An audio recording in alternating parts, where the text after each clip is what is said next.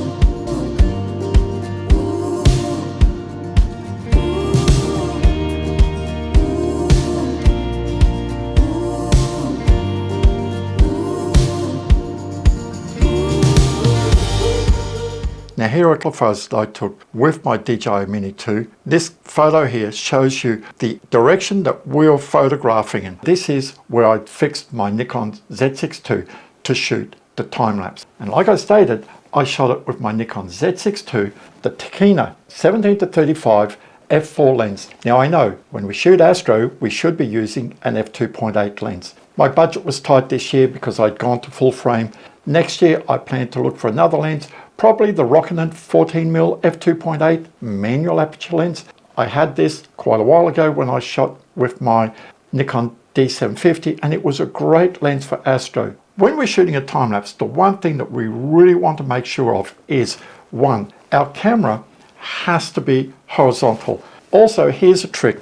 If you're shooting time lapses with your mirrorless camera and you have a movie mode, when you think that you've got everything right, switch it to movie mode. And what this does, it gives you a 16:9 view, which is what your movie's going to look like.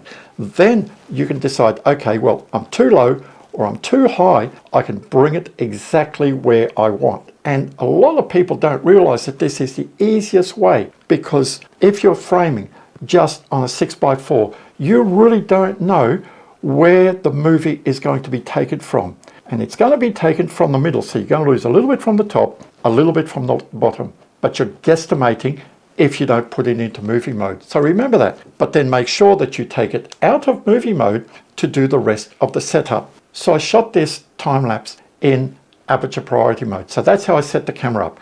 Aperture priority, I chose natural white balance, and the camera was set to f4. In aperture priority, you set the aperture, the camera sets the shutter speed, and the ISO was auto. So as the night progressed, my shutter speed would drop because there was less light, and at a certain point the auto ISO would kick in and would raise until the maximum that I'd set. Like I stated, I took an in-camera time-lapse. The in-camera time-lapse that you'll see first is straight off the camera, no editing. The second is exactly the same one, but I've edited it in Power Director, which is my video editing program. And all I've done is just increase the exposure a bit, added a little bit more contrast, a bit more saturation, just to make it look a little bit nicer, because I wanted to show you straight from the camera, and also with just a little bit of tweaking, what the in-camera time-lapse can look like. So the time-lapse was taken 20th of May,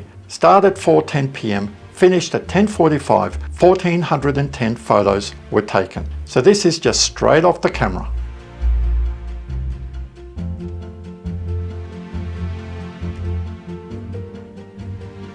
We're right beside the road here, so you can just see the cars are just coming and going. There's planes through the sky. We had a couple of satellites as well. And here comes the Milky Way. But you can see it's quite plain.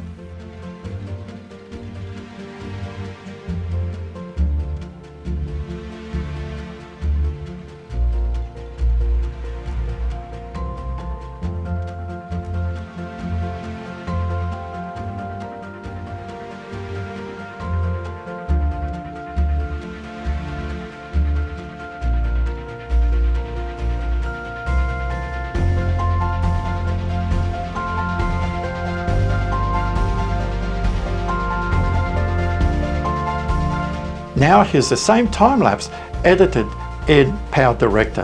And look at the difference. You see just a little bit of tweaking in a video editing program can really make a huge difference.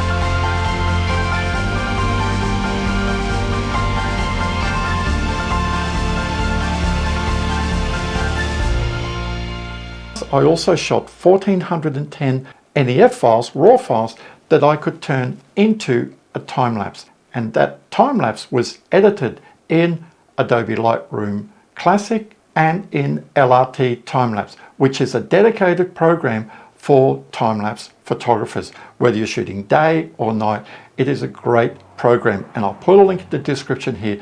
You can try it out with 400 photos for free, but if you want to use it when your time-lapse has more than 400 photos, then you're going to have to pay for the registered version. Now let's take a look at the time-lapse shot with the 1,410 files. You can see the colors are much better.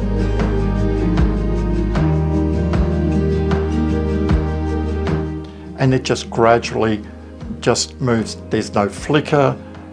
I've been able to control the colors more, been able to add gradient filters, radial filters, add more saturations in the sky, smooth out the water. I've been able to do quite a bit by using Adobe Lightroom and LRT Time-Lapse.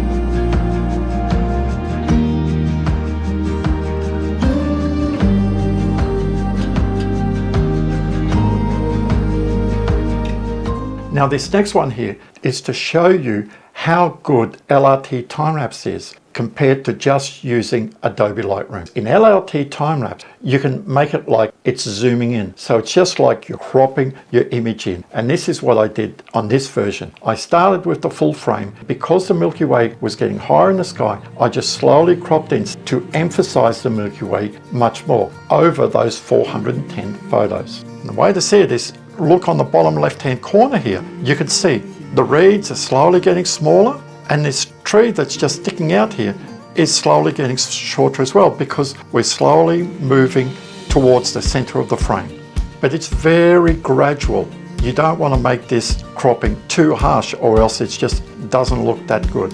You can see now we've just about lost that tree when it was quite big at the start, and now we're just about at the end because the Milky Way has just about left the frame.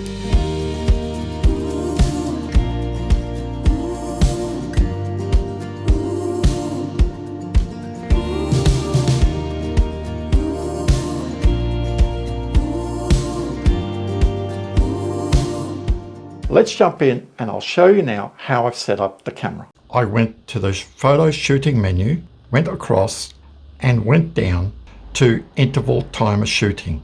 Went across to the right. You can see it has start, choose date time, interval, intervals, shots and interval, exposure smoothing, and silent photography.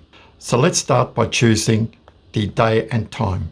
Now, of course, this is taken after the fact. The current time is 16:58, which is 4:58 p.m. I leave it at that for the time being. Here on the interval, you have to set it 2 seconds more than what your maximum shutter speed is going to be. So my maximum shutter speed, the longest shutter speed, is going to be 13 seconds. I have to come across here and set it to 15 seconds. I click OK. Now I want the amount of shots that the camera is going to take. So on this night, we worked out that the camera should run for about 5 hours, which would give us around a minute of time lapse. We go across here and I had to set it for 1410. And you can see here the end time was 22:51. So the reason we chose 11:51 wasn't because we wanted 5 hours, but we'd worked out that in photo pills we saw as the Milky Way rose, we wanted the Milky Way just to about finished in the frame where we were shooting. So that's why we chose 22:51, 10 to 11, because at 10 to 11, the Milky Way would have just about been out of the frame. There was no point shooting past that. And on the 20th of May, I had started the camera at 4:50 and it had finished at 10:45. We click OK here. Now I leave exposure smoothing on. If you don't want to hear the camera going ka-chink, ka-chink every time, you just select silent photography and click to on. Normally I like leaving this off so that I can hear that the camera is working, because at night it's very quiet and you don't really know if the camera is still working. So I prefer to leave silent photography off. I just come back up to the top. Now on this night, I recorded a time-lapse movie and also the raw files. If I didn't want to record the raw files to make a time-lapse manually by itself later, I could have just come down to Time-Lapse Movie and click this and set the interval, the shooting time and all that. But I wanted both the Time-Lapse Movie and the NEF files to do a manual time-lapse. So if you want both, you have to click interval timer shooting. You just want the movie to do an in-camera time-lapse without the NEF files, then you just select Time-Lapse Movie. On here now, I click OK. I can just leave that alone for a minute, hit the shutter button here, and you can see I'm shooting at f4. But if I go back into the menu, back to ISO setting. So we go across here and we can see my ISO setting is 100. Auto ISO is turned on. My maximum ISO sensitivity I've set at 8000. I do a lot of astrophotography and I knew that at f4 I would not climb higher than ISO 8000. If you're not sure, select a higher ISO, because this can be a huge pitfall for you. Remember, I set the aperture at f4. I don't want my shutter speed to drop below 13 seconds because my timer interval is set at 15. If I'd chosen an ISO less than 8000, let's say ISO 6400, and the light got so low that the camera judged that 13 seconds was not enough light, it would start reducing the shutter speed. 13, it would go to 15 seconds, and so on. What this is going to make is you're going to have an overlap. So you're not going to have that 2-second buffer between shots on your camera. You might be losing some photos because the camera hasn't got enough time to record, clear the buffer, and start the next photo. Make sure that you give yourself that buffer. If you're unsure, it doesn't matter. You can go to ISO 10,000 or select a minimum shutter speed of, let's say, 15 seconds, and then give yourself an extra 2 seconds of buffer in your timer interval. It's as simple as that. And here is, says my minimum shutter speed, which is really, it says minimum, but the longest shutter speed is going to be 13 seconds. Once it hits 13 seconds, the ISO will start climbing from 100. This is how auto ISO works. It just keeps increasing your shutter speed. So at the start of the time lapse, my ISO was 100 and my shutter speed was 1/320th of a second. And it gradually reduced down to 13 seconds at night time. Once it got to 13 seconds, then my ISO started to climb until it got to 8000. we can just go back now to interval timer shooting, and here I come up here, say now, there. Now I can go up and click start. I just touch the OK button to start the time lapse. Can you see right down the bottom on the right, it says interrupt OK. If after 4 hours you've had enough and you say, okay, well, I want to go home now, all you have to do is press the OK button and the time lapse will stop. You have not lost your video that is being created as well. And this is something that people don't realize. They think that you've got to run the time lapse all the way to the end, and it's a fallacy. It's not right. Sometimes, like especially if you're doing an astro time lapse, if clouds come over, if it starts raining, what are you going to do? You're going to have to shut the camera off, but you don't shut the camera off before you hit the OK button. If you turn the camera off, then you're going to lose the movie because it won't have had enough time to finish the movie, to close off that movie. So remember, if something happens and you've got to stop your time lapse, hit the OK button and you'll see the green light at the back will work a little bit. Once the green light's finished, that's it. You can shut the camera, but don't shut the camera off until there's no light at the back. And to be honest, if I was doing this just for fun, as like a part-time photographer, weekend photographer, I wouldn't worry about shooting the NEF files if I'm not really wanting to spend hours and hours editing the 1410 photos, because this took me over a day to edit all the photos, to compile them into LRT time-lapse and to render the video, just to share it on YouTube and my Facebook page. And you saw the difference straight from the camera, and then with just a little bit of tweaking, you can have a great time-lapse without too much effort. When I go on holidays, sometimes I don't worry about shooting all the NEF files because I'm on holidays and I know my time is very short when I get back home. I might just shoot just a movie mode because I know when I get home, I can just tweak that movie to what I like. At the end, it's up to you. Try it both ways and see whether you want to record all the NEF files or whether you're just very satisfied with just shooting just an in-camera time-lapse and then tweaking it in a video editing program. It's not rocket science. It's so easy. And this is what I love about photography. And this is why I say to people, I love my Nikon Z6II. To me, it's probably the best camera that I've ever owned. It does everything that I want it to do. And shooting time lapses like this in camera is just amazing. And it's something that the old digital SLRs just could not do. If you have any comments or feedback about this video, leave it in the description below. I answer all questions. Thanks for watching. I will see you next time.